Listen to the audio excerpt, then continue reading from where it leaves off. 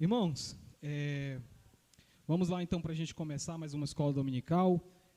Nossa aula 2, né, mas é o nosso terceiro domingo estudando o Antigo Testamento. Hoje nós vamos, irmãos, estudar os capítulos de 3 até o 11 do livro de Gênesis, com a graça do Senhor. E o tema do nosso estudo de hoje é o pecado original e a queda. Como introdução, eu quero convidar vocês a pensar comigo sobre o que é uma bússola descalibrada. E aí, enquanto estou dando esse tempo para ver se alguém mais entra, a gente vai ver o que aconteceu após a criação perfeita de Deus, que foi o que a gente meditou no domingo passado, sobre como Deus criou tudo perfeito, né, para que possamos usufruir desse mundo dele. Adão e Eva foram criados para aproveitar da criação, né? E aí o que aconteceu depois disso? É o que a gente vai ver hoje. Então vamos baixar nossas cabeças para orarmos ao Senhor, pedir que Ele abençoe esse momento. Vamos lá. Pai nosso que estás nos céus, nós te agradecemos pela tua muita graça para conosco, pela tua misericórdia e por ter nos reunido hoje nesse dia, Pai, que é o teu dia. E pedimos, Senhor, que nesse dia o Senhor abençoe esse momento, que principalmente a tua palavra está sendo pregada, Pai, que possamos ser edificados pela tua palavra, que possamos sair daqui, Senhor, cheios do Espírito Santo, porque é o Espírito Santo que inspira essa palavra. Então, Pai, que possamos sair daqui te amando mais do que entramos. Nos abençoe, para começar de mim, que possamos ter as nossas mentes agora totalmente voltadas, Pai, cativas ao Senhor Jesus Cristo, e que o Senhor afaste de nós toda outra preocupação que venha roubar o foco na tua palavra. Nos ajuda, nos dá um bom momento na tua palavra, te pedimos e agradecemos em nome de Jesus Cristo. Amém. Amém. Irmãos, como eu disse para vocês, nós vamos falar sobre o que aconteceu após a criação. E aí eu trago esse exemplo aí da bússola descalibrada para começar essa conversa com vocês. Aqui eu tenho uma bússola, né, que eu uso na escola com meus alunos. E se os irmãos puderem ver ela de perto depois, vocês vão ver que tem uma setinha vermelha que aponta a direção do norte da Terra, e ela fica parada. É para estar parada. Por quê? Porque ela precisa apontar uma direção segura. Se você se perdeu, quem foi militar aqui, você aprende a se orientar por meio da bússola, das estrelas, do sol. Você precisa de uma direção segura, que você sabe que não vai mudar. Então o norte não muda, o norte é o norte, não muda. É seguro se orientar dessa forma. Mas o que acontece quando uma bússola se descalibra e fica igual essa da tela aí, sem apontar nenhuma direção? Como é que eu sei para onde eu devo ir? Como é que eu sei que direção seguir se a bússola não me dá um norte? Então, quando a gente diz assim, o fulano está desnorteado, o que a gente está dizendo? Que ele está sem norte, ele está perdido. Ele não tem uma direção fixa, segura. E foi isso que aconteceu com o ser humano. Nosso estudo de hoje, a gente vai ver que após a criação, o homem e a mulher, quando eu falar homem daqui para frente, tomem como humanidade, tá? Serve para o homem e para a mulher. O homem daqui para frente, ele tomou escolhas que o afastou do seu Criador e do plano original de Deus. E isso teve uma consequência grave sobre o homem, principalmente sobre o seu coração, que agora perdeu essa referência. O coração do homem, como a gente viu na aula passada, foi criado à imagem e semelhança do seu Criador, portanto, apontava para esse norte que é o seu Criador. E agora o coração do homem está assim, sem norte, apontando para várias direções. E o que foi que aconteceu? A gente vai ver agora então. Convido vocês a abrirem aí um texto bíblico de Gênesis, capítulo 3, para a gente começar a passar pelos nossos textos de hoje. A gente vai, se o Senhor permitir, até o capítulo 11. Gênesis 3 até o capítulo 11. A gente não vai ler tudo, obviamente, mas alguns textos que são importantes para a gente pegar esse fio da meada. Vamos lá, primeiro, Gênesis 3, a desobediência a Deus, comemos do fruto. Vamos ver aí, irmãos, essa história. Gênesis 3, versículo 1. Mas a serpente, mais sagaz que todos os animais selváticos que o Senhor Deus tinha feito, disse à mulher: é assim que Deus disse, não comereis de toda a árvore do jardim? Respondeu-lhe a mulher: do fruto das árvores do jardim podemos comer, mas do fruto da árvore que está no meio do jardim, disse Deus, dele não comereis, nem tocareis nele, para que não morrais. Então a serpente disse à mulher: é certo que não morrereis, porque Deus sabe que no dia em que dele comerdes, se vos abrirão os olhos, e como Deus sereis, conhecedores do bem e do mal. Vendo a mulher que a árvore era boa para se comer, agradável aos olhos, e árvore desejável para dar entendimento, tomou-lhe do fruto e comeu, e deu também ao marido, e ele comeu. Abriram-se-lhe então os olhos de ambos, e percebendo que estavam nus, coseram folhas de figueira e fizeram cintas para si. Primeiro bloco, irmãos. O que aconteceu? O pecado original. Quando a gente usa esse termo, irmão, na teologia, pecado original está se referindo aí. Por quê? O que acontece? Adão e Eva, eles foram criados com uma coisa que eu tenho certeza que os irmãos já ouviram falar muito, que é um negócio chamado livre-arbítrio. Já ouviram falar disso? Livre-arbítrio? Então, Adão e Eva, eles tinham plenamente essa faculdade, essa capacidade do livre-arbítrio, de escolher entre coisas. Eles eram livres, de fato. E Deus disse a eles que eles não poderiam comer daquele único fruto. A Eva até repetiu direitinho para Adão, olha, podemos sim comer de todos os frutos, só não daquele ali. Por quê? O que vai acontecer? Vamos morrer. Aí a serpente, que o próprio texto diz que é sagaz, é esperta, ela vai lá e contraria a palavra de Deus. E olha o argumento da serpente. Não tem nada a ver isso aí não. Deus não quer que vocês comam porque ele tem medo. Olha que argumento, né? Olha que argumento. Esse argumento a gente usa muito com os filhos, sabia? Às vezes o pessoal fala assim, teu pai não deixa tu fazer isso? Teu pai não deixa de fazer isso porque ele sabe que se tu fizer, aí vem um monte de mentira para enganar o filho e desviar o filho de perto do pai, não é verdade?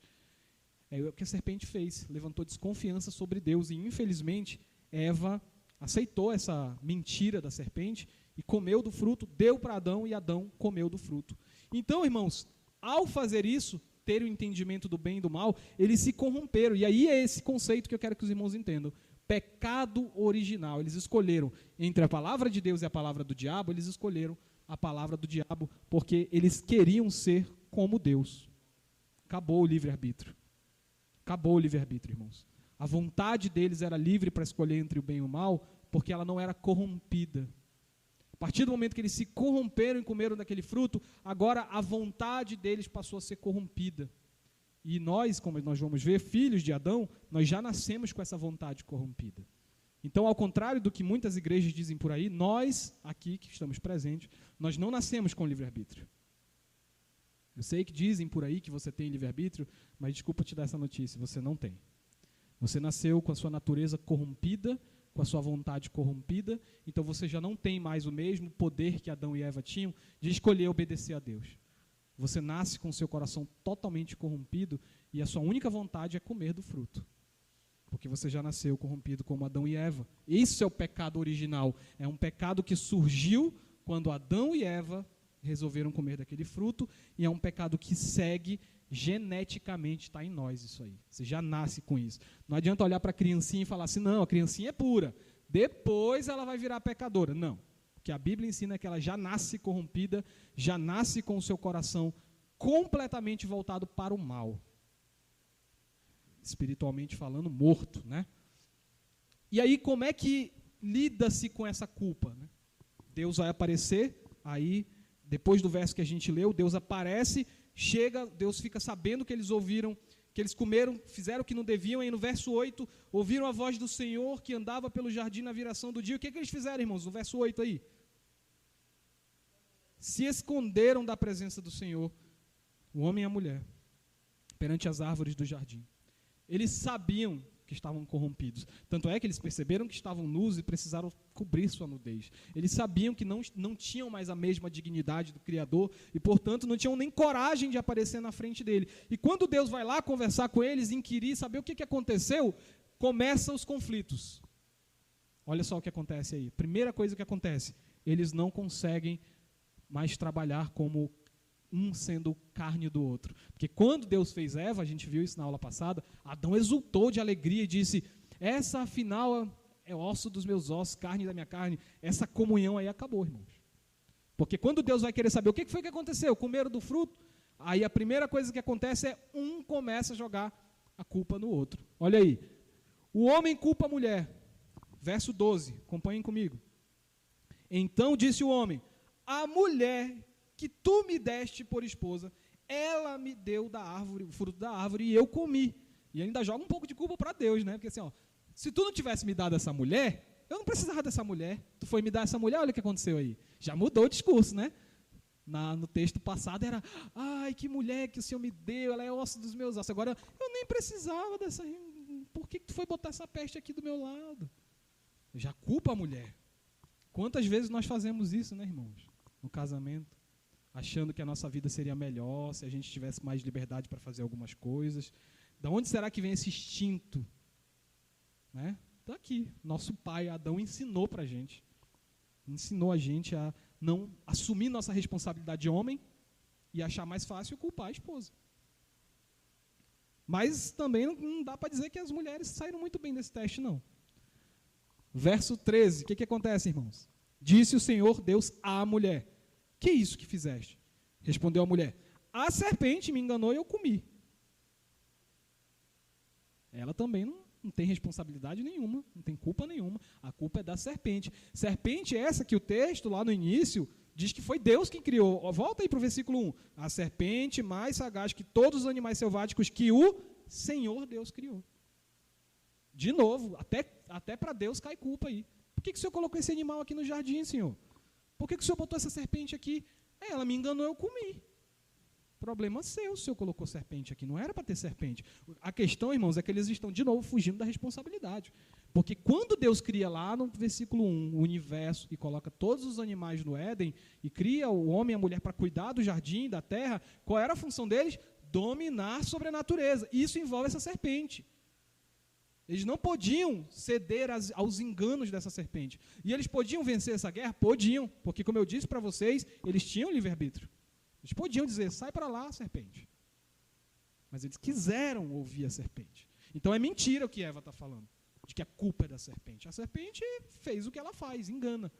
Mas quem quis, quem desejou a fruta, porque o texto diz, vendo Eva que a fruta era agradável, a fruta era desejável, Eva cobiçou a fruta. A serpente só encorajou ela a fazer o que ela queria. Então, né, a mesma coisa para as mulheres. Quantas vezes as irmãs passam por cima dos esposos no relacionamento, porque acham que tem uma visão mais clara das coisas. Esses homens sabem de nada. A gente, mulher, resolve tudo muito mais rápido. Então, em vez de perguntar para ele o que ele acha da fruta, eu vou pegar a fruta, vou comer, depois eu dou para ele sem ele nem saber o que ele está comendo. Claro que Adão sabia, mas a ideia é a mulher passou na frente. Ela tomou um lugar que não era o lugar dela na criação. Então, irmãos, veja que a gente está descendo uma ladeira de pecado, começa a comunhão sendo quebrada com Deus, eles se escondem, depois a comunhão deles como casal perfeito se quebra, um acusa o outro, acusa a serpente, que a serpente também sai amaldiçoada, né? Se você olhar daí para frente, Deus amaldiçoa a serpente também, que agora ela vai andar se rastejando pelo pó, e essas maldições vão se espalhando. Vamos ver aí as maldições? Versos 14 e 15. 14. Então o Senhor Deus disse à serpente, visto que fizeste, serpente, maldita é entre todos os animais domésticos, e o é entre todos os animais selváticos, rastejarás sobre o teu ventre e comerás pó todos os dias da tua vida. Aí vem, porém inimizade entre ti e a mulher, entre a tua descendência e o seu descendente, o descendente da mulher, ele está falando. Este te ferirá, esse descendente te ferirá a cabeça e tu lhe ferirás o calcanhar. Então veja, juízo, inimizade da mulher, da humanidade com a criação, agora não tem mais como administrar as serpentes. Serpente é inimigo. Ela vai estar sempre no teu tornozelo querendo te morder, né, irmã Ananilde? Irmã Ananilde sabe muito bem como é que é isso. Está todo o tempo olhando para baixo para ver se não tem nenhuma parente dessa serpente aqui querendo morder a senhora, né? E aí a inimizade está aí. Mas Deus prometeu que um filho de uma descendente, ele vai pôr fim nessa inimizade. Ele vai esmagar a cabeça da serpente no final. E aí, por isso que o tópico chama juízo e esperança. Porque ao mesmo tempo que agora tem essa inimizade de a gente ter sempre no nosso tornozelo uma serpente querendo nos morder, pelo menos a gente tem a esperança de que um dia essa inimizade vai acabar. Porque a serpente será esmagada. A gente vai falar mais sobre o que significa isso no final. E aí, para o homem e para a mulher, o que restou de maldição? Verso 16. A mulher disse, multiplicarei sobremodo os sofrimentos da tua gravidez. Em meio a dores darás luz a filhos. O teu desejo será para o teu marido e ele te governará. Verso 17 até o 19, a maldição do homem. E Adão disse, visto que atendeste a voz da tua mulher e comeste da árvore que eu te ordenara não comesses, maldita é a terra por tua causa, está falando para Adão. Em fadigas obterás dela sustento durante os dias da tua vida. Ela produzirá também cardos, abrolhos, e tu comerás da erva do campo, a erva do campo. No sol do teu rosto comerás o teu pão, e até que tornes a terra, pois dela foste formado, porque tu é pó, e ao pó tornarás. Irmãos, olha aí essa maldição. A mulher agora tem a condenação, a sua sentença é que agora o ato de gerar vida, um ato bonito que Deus fez, Deus começou a gerar vida, né? O ato de gerar vida agora seria um ato arriscado, um ato doloroso. Quem é mulher aqui já teve filhos sabe como a linha entre vida e morte, né, Camila? No parto, é quase invisível. Então eu me alegro porque um novo ser foi feito, mas eu ao mesmo tempo fico tenso porque a morte está pairando ali. A geração de vida após a queda não é mais tão bela quanto poderia ser. O pecado está ali. É por isso, irmãos, que mais à frente, quando o povo de Israel estiver formado, criam-se regras de higiene sanitária e as mulheres grávidas, elas são afastadas do acampamento. São consideradas impuras as mulheres grávidas, as mulheres que estão com sangramento, as mulheres que estão de resguardo depois que deram à luz. Elas são afastadas como impuras. Por quê? Porque elas passaram muito perto da morte. E no meio do povo de Israel, tudo que inspira a morte é afastado. Morreu um animal, tira o animal do acampamento, e quem pegou no corpo do animal sai fora do acampamento também. Morte é impureza. Então, um parto que era para ser uma coisa linda, 100% pura, agora sempre paira morte ali. Essa é a condenação de Eva. Além do que, ela vai ficar tão frágil que a vontade dela vai ficar completamente à mercê dos maridos. A gente não sabe como seria o parto de Eva se eles não tivessem pecado. Mas eu sei de uma coisa. Ela teria completamente o apoio do seu marido, em qualquer situação que ela passasse. E agora ela está tão vulnerável que nesse momento de maior dificuldade dela, de parto, quando ela está precisando de ajuda porque está frágil, está sangrando, muitos homens abandonam a mulher nesse momento. Muitos homens, quando descobrem que suas mulheres estão grávidas, eles vão embora e deixam ela à mercê da sua própria sorte, com aquela fragilidade, tendo que trabalhar, tendo que criar um filho sozinha, porque a vontade dela agora está cativa, dependente do homem. Não há mais essa comunhão perfeita. Então, irmãs, principalmente fala as irmãs, isso tudo que a gente vive nesse mundo, das violências praticadas contra a mulher, o abandono, o feminicídio, como se chama hoje, tudo isso nasceu aqui, quando Eva passou a experimentar a sua feminilidade perto da morte. E o homem passou a parecer perigoso para ela. Então, ao homem, o que aconteceu, que a gente leu aí dos versos 17 a 19? O trabalho não seria mais prazeroso. Adão deveria ter prazer, porque quando Deus criou ele, Deus falou, vai lá, cuida do jardim, dá nomes às plantas, dá nomes aos animais. Adão era um botânico, Adão era um biólogo, Adão era um astrônomo, ele era um homem envolvido com a natureza, ele deveria amar aquilo. Mas agora Deus vai dizer, agora a terra não vai mais produzir, Adão, só coisas bonitas para ti. Ela vai produzir espinhos, abrolhos, cardos, né? Erva daninha, como a gente chama. Agora, tu vai plantar uma coisa, Adão, e vai vir uma praga e vai comer o fruto do teu trabalho. Agora, para tu conseguir teu sustento, Adão, tu vai suar muito, porque a terra não joga mais a teu favor. O texto diz, a terra é maldita por tua causa, Adão. Trabalhar não vai mais ser fácil, trabalhar não é mais tão prazeroso agora. Trabalhar é um fardo. Veja, Deus não criou o trabalho como maldição, tá, irmãos? Não me entenda errado. Deus criou o trabalho como uma coisa boa, o homem e a mulher se deleitavam em cuidar do jardim, mas o pecado fez o trabalho ser uma coisa ruim, o pecado fez o trabalho parecer uma coisa cansativa, porque o mundo não nos tolera, o mundo não nos aguenta mais, o mal que nós trouxemos para essa terra, a poluição, sabe, olha a natureza. Você pergunta para um professor, o que aconteceria se a humanidade desaparecesse? A natureza ia aplaudir. Porque a vida animal sofre por nossa causa, a fauna e a flora, tudo sofre por nossa causa. Quando surgiu essa inimizade? Aqui. Nós não éramos mais o mordomo. Lembra da aula passada? Mordomos, aquele que cuida. A gente não é mais mordomo, a gente maltrata a criação. Então, irmãos, tudo isso é parte da desobediência e de comer desse fruto proibido. Alguma dúvida nesse slide, nesse ponto? Não? O tema é meio triste, os irmãos estão calados, estou achando que o tema pegou pesado aí, né? É assim mesmo, irmão. Podemos seguir então? Ponto 2. Inveja, cobiça, ódio e homicídio. Olha aí, vai piorar, tá? Tá achando ruim esse começo? Prepara.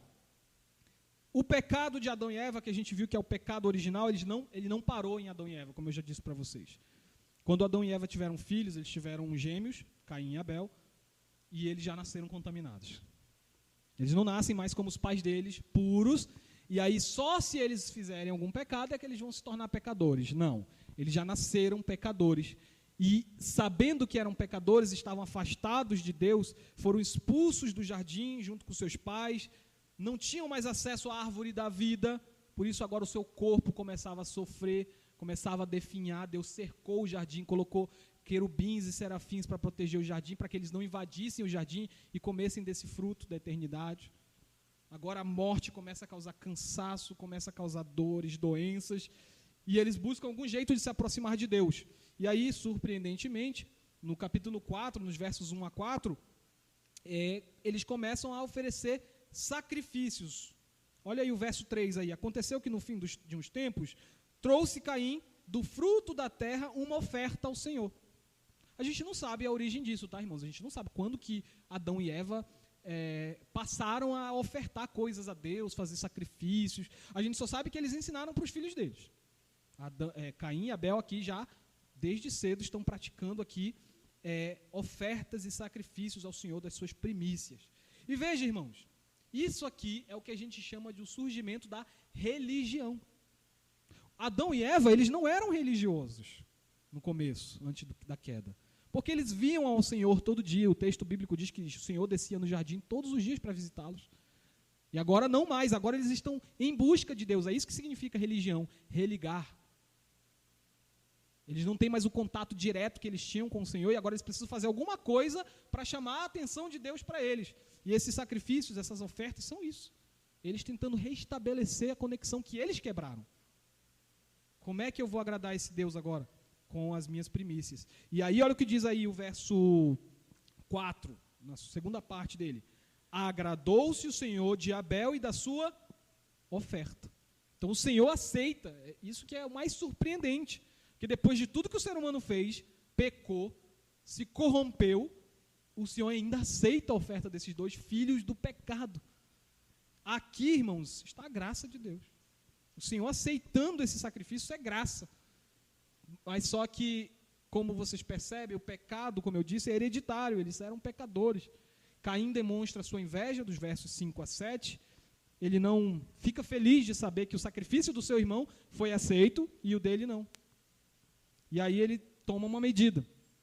Ele demonstra um ódio homicida. Vamos ver o verso 8 aí.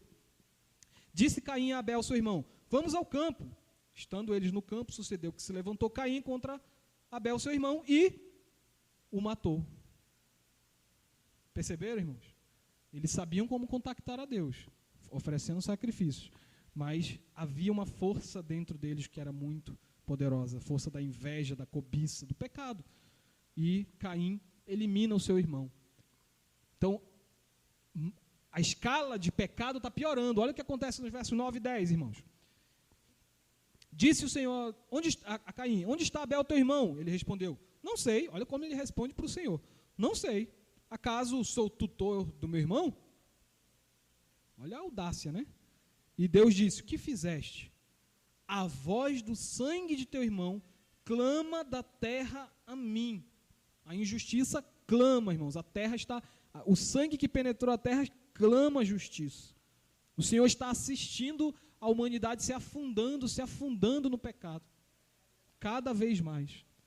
Então Deus, nos versos 11 a 16, amaldiçoa Caim. Ele é afastado da sua família, vai vagar no deserto com medo e aparentemente a história poderia acabar aí. Deus criou a humanidade, seus pais pecaram, seus filhos pecaram, o filho que agradava a Deus com seus sacrifícios morre. Que roteiro de desgraça, né? Poderia acabar aí a história. Deu tudo errado, o Senhor planejou uma criação para ser perfeita e desandou tudo. Mas a gente sabe que com o nosso Deus não é assim. Tem alguma pergunta aqui antes de ir para o próximo ponto? Não? Vani.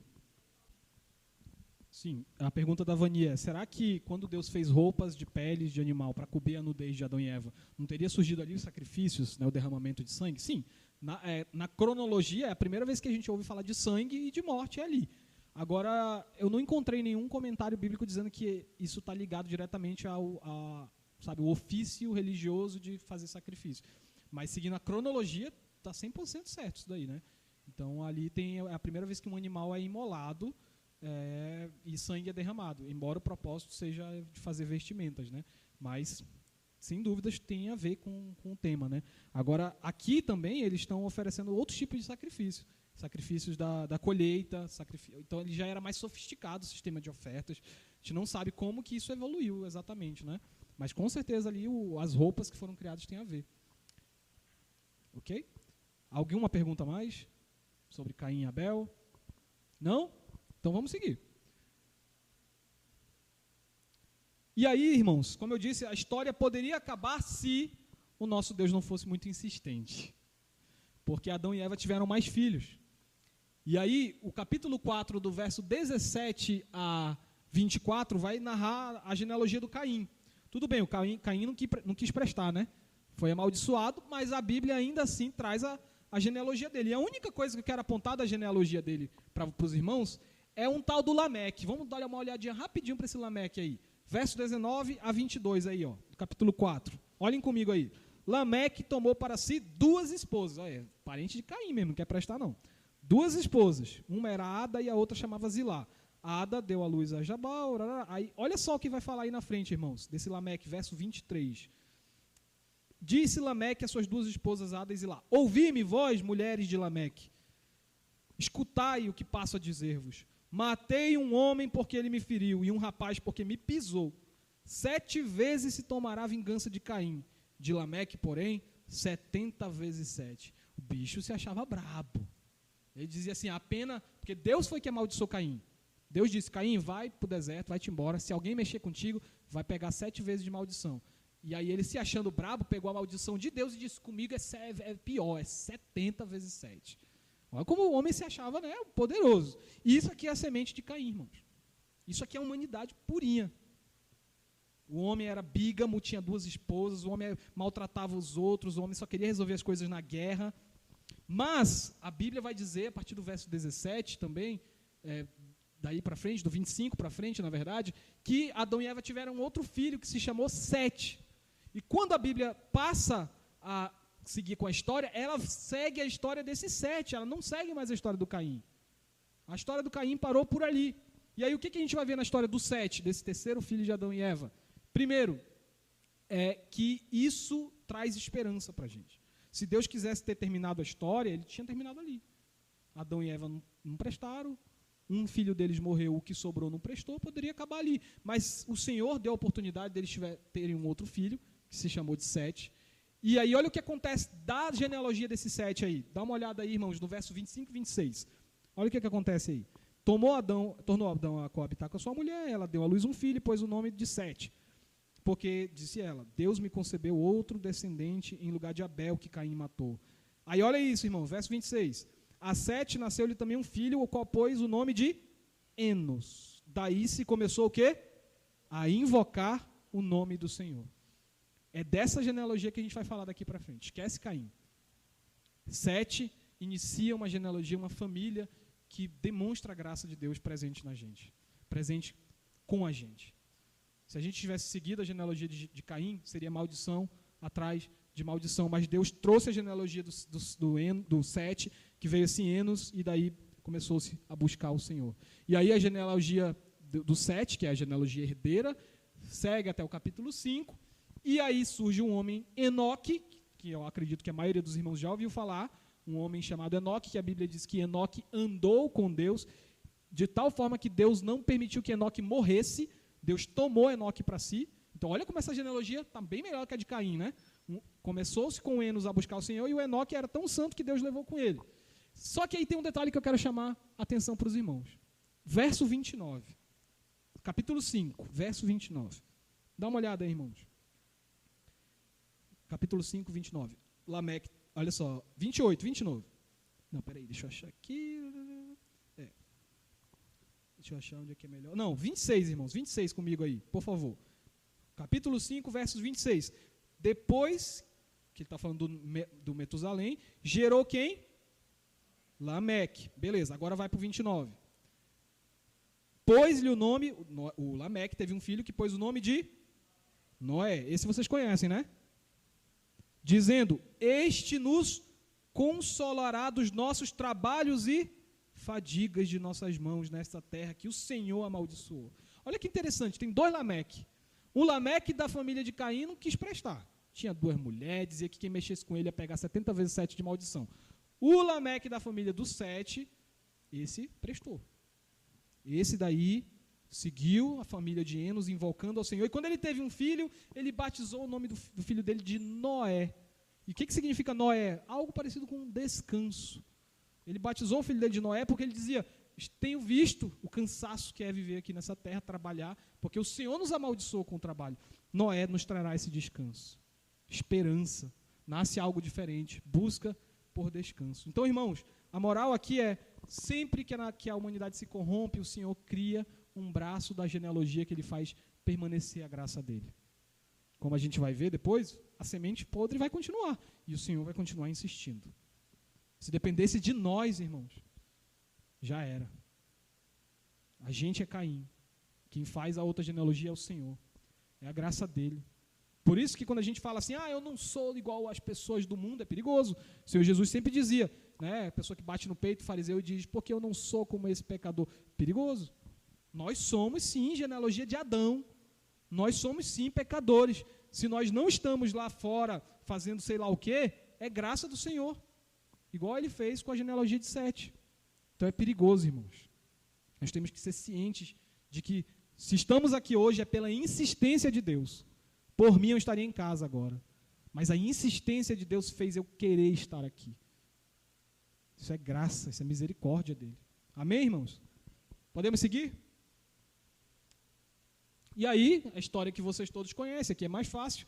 Infelizmente, a semente do pecado seguiu na genealogia do segundo Lameque, e o filho dele, Noé, nasceu pecador. No mundo cheio de pecado, o Senhor fica muito decepcionado, fica alarmado com o tamanho do pecado. Os versos 1 a 4 falam sobre isso.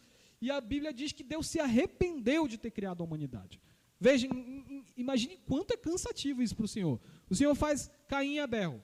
Ele vê que Abel faz um sacrifício bonitinho. Aí Caim mata Abel. Aí Deus, tá bom, vou gerar um outro filho. Que essa genealogia não quer prestar, então vou criar essa genealogia aqui. Aí a genealogia vai e não presta de novo. E aí Deus diz, quer saber, eu estou cansado. Né? Muita gente já pode perguntar, tem texto na Bíblia que diz assim, que Deus não é homem para que minta, nem filho de homem para que se arrependa. Aí o texto está dizendo que Deus se arrependeu de ter criado a humanidade. Irmãos, aqui é uma linguagem para que nós, seres humanos, entendamos o que Deus sentiu. Porque na Bíblia, se arrepender não é um sentimento triste, é voltar atrás. Então, se a criação anda para frente, se Deus der a ré, a criação se desfaz. É isso, se arrepender é dar marcha ré. Deus vai dar marcha ré na criação. Ele vai destruir tudo. Vai começar do zero. O pessoal aí que entende de tecnologia chama isso daí de reboot. Refazer tudo. Deus vai fazer um reboot da história. Deus vai zerar. Vai tacar-lhe água na terra inteira e vai zerar tudo e vai preservar só quem ele viu ali que ele se agradou da genealogia. Noé, filho do segundo Lameque. E aí Deus manda o dilúvio, os irmãos conhecem a história. Deus vai fazer uma aliança com Noé. O sinal da aliança qual é? O arco-íris, né? A gente vai já falar sobre isso. E aí é por meio de Noé que a genealogia segue e começa novamente a ter adoração na terra, e Deus abençoa a sua criação 2.0, porque a primeira criação ele destruiu, só ficaram os animais da arca, e esses animais vão ser o 2.0, vai começar tudo a partir dali. Certo? Então o Senhor está insistindo, olha a paciência desse Deus. Tá bom, vocês não querem prestar? Vou fazer o seguinte, vou destruir tudo, vou começar de novo. Então, às vezes, a gente olha para o dilúvio de uma forma muito negativa, né? Ai, Deus destruiu tudo. Quantas pessoas Deus matou? Realmente, irmãos, deve ter sido uma cena horrível o dilúvio, principalmente se você estivesse fora da arca. Deve ter sido horrível. Mas pensa do lado de Deus. Ele deixou sobrar foi muito. A insistência desse Deus, ele não precisava da criação. Ele fez o que quis. Ele poderia destruir tudo. Mas ele é um Deus que se relaciona. É um Deus que se envolve com aquilo que ele cria. E por isso ele desejou continuar insistindo. E Noé é mais uma parte dessa insistência. Por isso eu digo, irmãos, isso é graça. Pega isso para a tua vida. Tua vida é assim. Tua genealogia toda vez está dando errado, tu está fazendo besteira. E aí Deus está insistindo em mantendo você vivo. Mas olha, o Senhor derrama juízo. Muitas vezes. Derrama juízo. Nós temos que vigiar e temer. Alguma dúvida aqui? Posso continuar? Sim ou não? Sim? Então vamos lá. E aí, como eu já disse, né, a aliança, Noé é o escolhido para recomeçar tudo, um novo mandato, Deus abençoa Noé, sua família, sejam frutíferos. É quase igual lá no Jardim do Éden com Adão e Eva. Com a diferença de que, dessa vez, Noé e sua família não eram puros, como Adão e Eva. Já eram pecadores. Então Deus recomeça o processo, mas recomeça com homens pecadores. E por isso a aliança é importante. E a gente vai falar mais de aliança na semana que vem, para vocês entenderem a importância disso. Aqui só um detalhe. Um dos filhos de Noé, né, que os irmãos vão ver lá a história, depois em Gênesis, aí vê que Noé teve 3 filhos. Um deles, 3 filhos homens. Um deles, chamado Sem, vai gerar um povo chamado Semitas. Por causa do nome dele, Sem, Semitas. Desses Semitas é que vai vir o povo hebreu, que depois vai virar a nação de Israel. Então veja como Deus está preservando, preparando uma genealogia para criar o povo dele. Ainda não está criado o povo dele, mas ele está preparando tudo a partir disso tudo aí que os irmãos estão vendo, dilúvio, dessa destruição de tudo. Ok? Como eu disse, persiste a semente podre. Deus limpou a terra toda, sobrou só Noé e os descendentes dele. Mas o mal está lá dentro. O mal está no coração. E aí o que acontece? Vem a família de Noé e a gente já vai vendo problemas. Ó. Capítulo 6, 1 a 6. Abre aí na tua Bíblia. Capítulo 6, 1 a 6. Como se foram multiplicando os homens na terra, olha aí, os filhos de Noé, se multiplicando a humanidade. Nasceram-lhe filhas. Vendo os filhos de Deus que as filhas dos homens eram formosas, tomaram para si as mulheres entre as que entre todas mais lhes agradavam. Então disse o Senhor: o meu espírito não agirá para sempre no homem. Ou seja, de novo a humanidade se corrompendo e de novo Deus ficando muito chateado com a humanidade. O que ele diz? O meu espírito não agirá sempre, porque este, aí, verso 3, é carnal e os seus dias serão 120 anos. Os irmãos estão percebendo? Os irmãos estão percebendo isso? Deus está insistindo em manter uma genealogia, manter uma família, para que se relacione com ele, para que ele cuide, mas a semente do pecado segue destruindo tudo, segue devastando tudo. E aí vem a história famosa da Torre de Babel, que eu acredito que os irmãos também já ouviram falar. Aquele que eu li era o 6:3. Aí a Torre de Babel, os homens tentando fazer seu nome, né, os versos 1 a 6. Qual era a ideia da Torre de Babel, irmãos? A ideia da Torre de Babel é que os homens não queriam mais ter que se submeter a esse Deus. A ideia era o seguinte: esse Deus é muito perigoso. Quando ele fica chateado, ele manda água e mata todo mundo. Vamos fazer uma torre muito alta até a gente chegar perto dele. Aí ele não vai poder fazer nada contra a gente. Olha a ideia. Deus viu esse intento e foi lá e destruiu a torre. E espalhou esses homens. Essa é a ideia, meus irmãos. O Senhor, ele está lutando com essa semente podre, com essa genealogia podre, e preservando um ramo para ele. Vamos ver o surgimento desse ramo. Verso 26. Capítulo deixa eu ver aqui, eu acho que é o 11, eu esqueci de colocar ali. 11, 26, isso. 11, 26, irmãos, para a gente já ir já para as aplicações e finalizar. 11, 26. Viveu Tera, essa pessoa aí, da genealogia de Sem, dos semitas, 70 anos e gerou quem? Abrão. Olha aí. Acho que os irmãos reconhecem esse nome, né? Abrão. Então veja, irmãos, o Senhor está insistindo. Torre de Babel, os semitas se envolvendo em pecado, idolatria, e o Senhor ainda assim trazendo nomes para trabalhar para ele, como é o nome de Abraão, que a gente vai conhecer melhor a história dele no domingo que vem, se o Senhor Deus permitir. Mas vamos fazer alguns comentários aqui então, irmãos, para a gente finalizar. Já chegamos no capítulo 11, é o nosso texto de hoje. Então, o que vimos é uma ladeira abaixo. A humanidade se desgraçando cada vez mais, a humanidade se poluindo cada vez mais, e Deus insistindo, preservando ali uma família para se relacionar com ele. Essa família foi de Adão, foi do segundo Lameque, Enos, Enoque, Noé e agora Abrão. E os semitas, né? E que consequências a gente pode tirar disso, então, do pecado original, do fruto que foi comido por Adão e Eva? A primeira consequência eu já disse lá no começo, perda do livre-arbítrio. Os filhos, os descendentes de Adão e Eva não são mais livres para escolher se querem servir a Deus ou não. Eles já nascem com seus corações inteiramente voltados para o mal. É por isso que na teologia se chama isso de depravação total, irmãos. Olha que palavra forte, né? Depravação total significa o quê? Que as crianças já nascem totalmente depravadas. Vontade, sentimentos, emoções, tudo submetido e manchado ao pecado. Isso é consequência da queda. O que mais? Relações do homem com a criação quebradas. Por quê? A serpente morde e alguém vai ter que esmagar a cabeça da serpente. A criação não coopera mais dando só fruta, agora dá espinho, dá erva daninha. Relação entre o homem e a natureza quebrada. Relação entre os homens, entre si, né? Homem e mulher, homens e seus semelhantes, quebrada. Na hora do vamos ver, Eva acusou Adão, Adão acusou Eva, era um negócio doido que ninguém se lembrava mais da comunhão do início. Essa é carne da minha carne, osso dos meus ossos. Não, essa mulher que tu me deu aí, me deu essa fruta. Né? Então a nossa relação está quebrada. Por que a gente briga? Por que a gente tem inimizade? Até em família, até em igreja surgem problemas de relacionamento. Por quê? Porque somos todos pecadores. E a inimizade surge aí. Outra consequência da queda, nossa relação, nós, humanidade, homens, com Deus, quebrada. Quebrada, porque agora precisamos de sacrifícios para agradar a Deus. Precisamos de alguma coisa para que Deus olhe para nós e aceite, como Ele aceitou o sacrifício de Abel, como Ele aceitou Sete, como Ele aceitou Noé.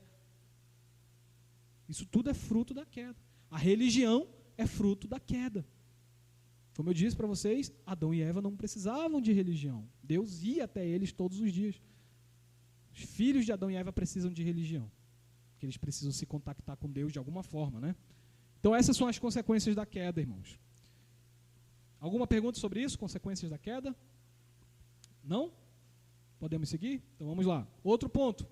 A graça e a insistência de Deus, como eu disse para vocês. Religião, os sacrifícios e o início da religião. Iniciativa divina, o que Deus faz? Eleição, aliança e graça. De um lado tem o ser humano, se depravando cada vez mais. De outro lado tem Deus ensinando meios para que o ser humano se comunique com Ele, se relacione com Ele.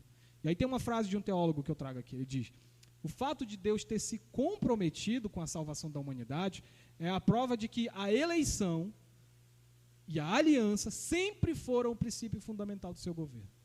Ou seja, só existe humanidade até hoje, só existe a fé, só existe uma igreja que adora a Deus porque faz parte da vontade dele. Não é da vontade de nenhum ser humano isso aqui. Nós, pervertidos como somos, depravados como somos, jamais teríamos escolhido estar aqui hoje, adorando Deus. Mas por causa da graça e da misericórdia dele, é que estamos aqui hoje. Amém? Vamos seguindo, já estamos no final.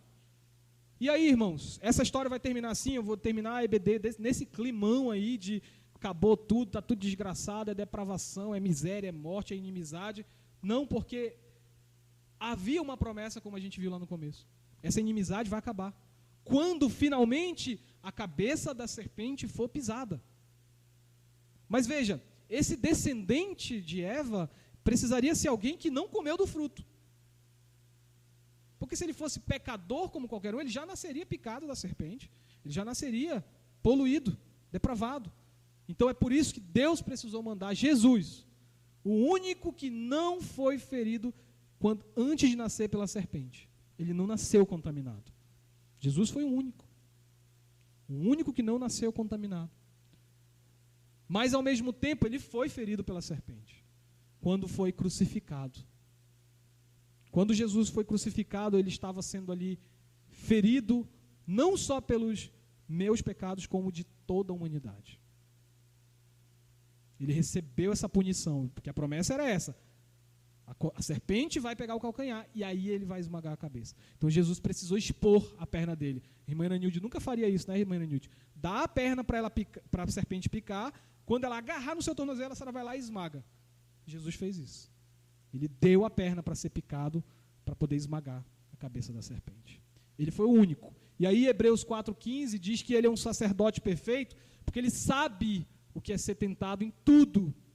Ele sofreu mais, a dose de veneno que ele recebeu foi maior que a minha e a sua. Então ele sabe exatamente o que é passar por essas tentações desse pecado. Só que ele não pecou. Ele tem empatia, ele sabe o que é isso. Mas ele não pecou. Por causa disso, porque ele conseguiu se manter puro, mesmo após ser picado pela serpente, é que nós temos esperança. E aqui eu quero finalizar, irmãos, com vocês. Nós devemos ter esperança porque há uma promessa bendita. Abram em Apocalipse. Vamos finalizar já. Abram em Apocalipse, capítulo 21. Apocalipse 21. Vamos ler dos versos 1 a 6. Eu quero mostrar para vocês por que Cristo traz a esperança de que Deus vai refazer tudo. Cristo traz a esperança de que não precisamos desistir. Os planos de Deus não vão se frustrar. Aquilo que Ele criou lá no início, a criação perfeita, vai voltar a ser perfeita. Vamos ler aí, irmãos. Acompanhem a leitura. João está dizendo: vi novo céu e nova terra, pois o primeiro céu e a primeira terra passaram, e o mar já não existe.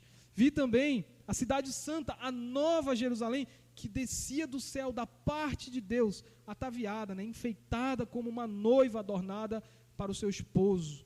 Então ouvi grande voz vinda do trono dizendo: eis o tabernáculo de Deus com os homens. Deus habitará com eles. Eles serão povos de Deus e Deus mesmo estará com eles. E lhes enxugará dos olhos toda a lágrima. E olha só isso, irmãos. E a morte já não existirá. Já não haverá luto, nem pranto, nem dor, porque as primeiras coisas já passaram. E aquele que está sentado no trono disse: eis que eu faço novas todas as coisas. E acrescentou: escreve, porque estas palavras são o que, irmãos? Vamos ler junto. Fiéis e verdadeiros. E disse-me ainda: tudo está feito. Eu sou o alfa e o ômega, o princípio e o fim. Eu, a quem tem sede, darei de graça da fonte da água da vida. Irmãos, percebam, Deus promete que o plano inicial dele, de ter uma terra perfeita, pura, com uma humanidade pura para se relacionar com ele, esse plano vai se concretizar. Não deu tudo errado. Está tudo sob o controle dele. Ele vai refazer. Ele vai refazer tudo perfeito. E se nós crermos em Jesus, se nós de fato confiarmos nesse único filho de Adão e Eva que não pecou, se crermos nisso, nós estaremos com ele na Nova Jerusalém. Finalizo com o último texto, irmãos. 2 versículos para a gente acabar de fato. Mateus 13. Mateus 13. Vamos ler só esses 2 versos aí, 31 e 32. Mateus 13, 31 e 32. Jesus falando. O filho de Eva que não pecou. Olha o que ele diz. Mateus 13, 31 e 32 para finalizar. Outra parábola lhe propôs dizendo: o reino dos céus é semelhante ao quê? Um grão de mostarda que um homem tomou e plantou no seu campo, o qual é, na verdade, a menor de todas as sementes. E crescida, é maior do que todas as hortaliças, e se faz árvore, de modo que as aves do céu vêm aninhar-se em seus ramos. Irmãos, não se enganem. Esse mundo aqui, de poluição, de degradação do meio ambiente, esse mundo aqui de violência do homem contra a mulher, esse mundo de violência exacerbada, é só o grão de mostarda, irmãos. É a menor semente. Se nós continuarmos crendo em Cristo, Ele vai fazer essa sementinha brotar e virar uma grande árvore, onde todos nós teremos descanso. Amém? Vamos orar. Pai nosso que estás nos céus, nós te agradecemos por esse momento de estudo da Tua Palavra, te agradecemos porque o Senhor prometeu para nós, Pai, que é o nosso Pai e que estará conosco. Faz-nos, Pai, confiar no Teu Filho, Senhor Jesus Cristo, o único que não recebeu imputação de pecado, mas que aceitou os nossos pecados sobre Ele. Nos ajuda a crer e confiar nele, para que estejamos juntos com Ele na Nova Jerusalém, vendo a Tua criação restaurada. Tem misericórdia de nós, Pai, dos nossos pecados, da semente que guerreia contra o Teu Espírito. Tem misericórdia da Tua igreja. Fortalece-nos, é o que te pedimos em nome de Cristo Jesus. Amém.